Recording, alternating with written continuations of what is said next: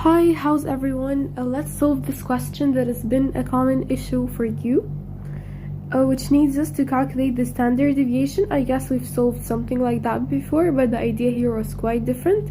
As in the table, I have x minus x bar. X bar, by the way, is for the average of data, but that's not what I need in the question. X minus x bar here equals 2, which means that x bar itself was 9. How did I get this? Because 11 minus a number equals 2. So if I need to get the value I'm subtracting overall, which is the average of data, by the way, I'm gonna do a simple equation, like it's a simple math equation, that this x equals 11 minus 2, which is 9. Okay?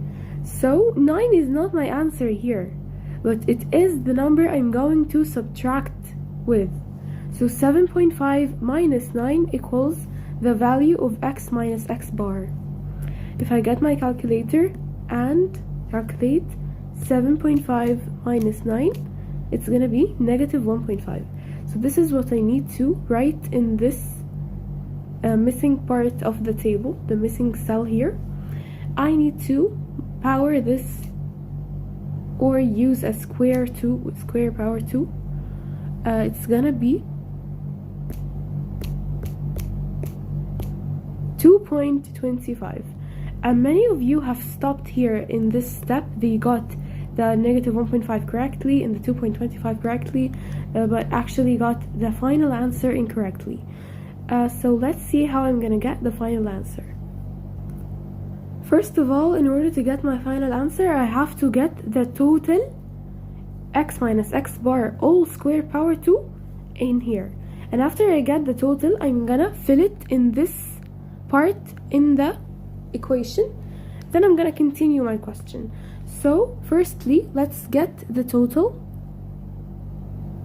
of this, which means that I need to add 4 to 2.25 to 0.25.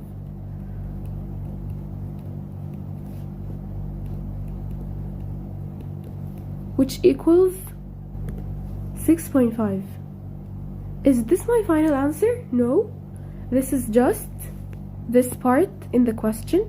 This is just here. So I'm gonna substitute in this equation right now, where s equals root of this value above in the numerator and n minus 1 in the denominator. What is n?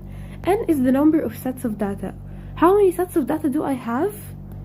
Let's count them. 1, 2, 3. These are 3 sets of data. So 3 minus 1 equals 2.